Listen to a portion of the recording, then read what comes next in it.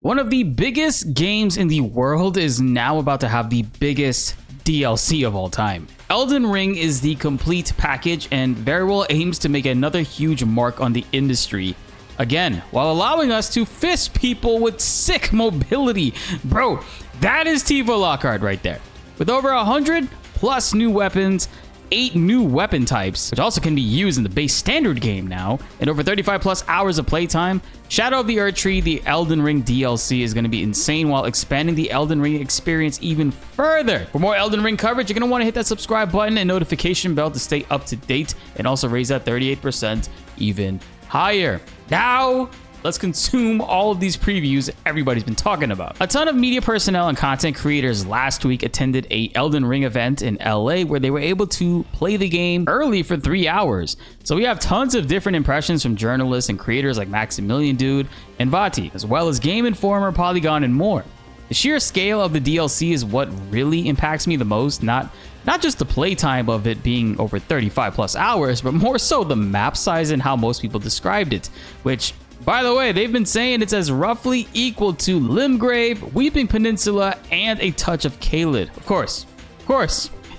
Gotta throw Caelid in there, right? This DLC is more so along the lines of what you could expect from like an MMO expansion, is what it's sounding like. And they even stated that the map feels more densely packed.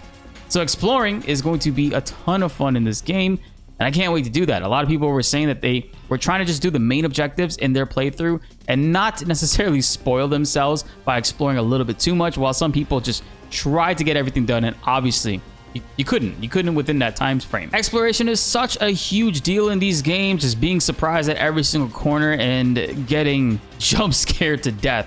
Literally to death, while also stumbling across new areas that you didn't even know existed or could even expect. I myself opened up that chest and ended up getting teleported another area.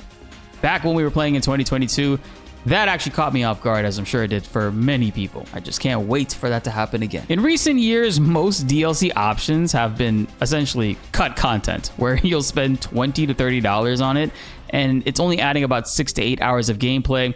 And most of the time, it just feels like, hey, this should have been in the original full game. It feels like they just were told, hey, cut this from the game, and we're gonna sell it later on as DLC after we polish it up a little bit more. But honestly, FromSoft has spent the last 2 years creating a whole new experience from what it sounds like, because not only are we getting entirely new content, but the enemies are overall faster and way more agile.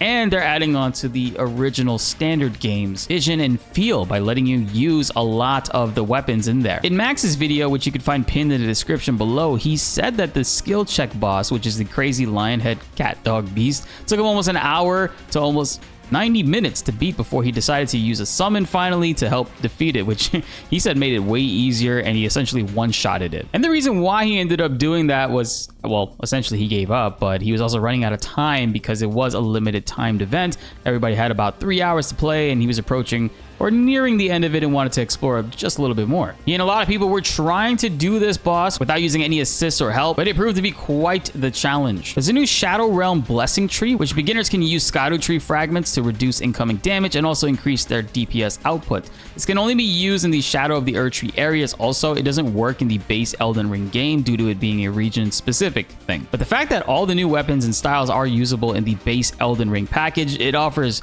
way more replayability, and it's such a great move by FromSoft.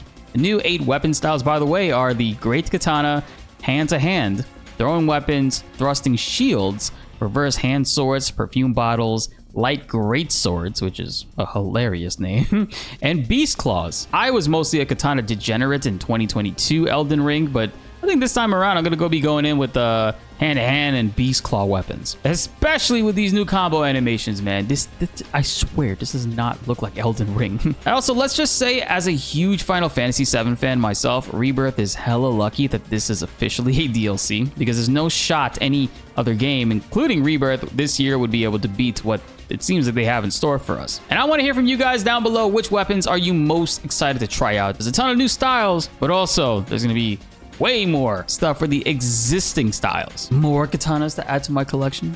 On top of all this, there are reportedly more than 10 main bosses and side bosses in the DLC. The skill check lion head boss for sure sounds like a handful, going off of the many people's reactions and interactions with stories surrounding it, and summons also seem to be just as strong as ever.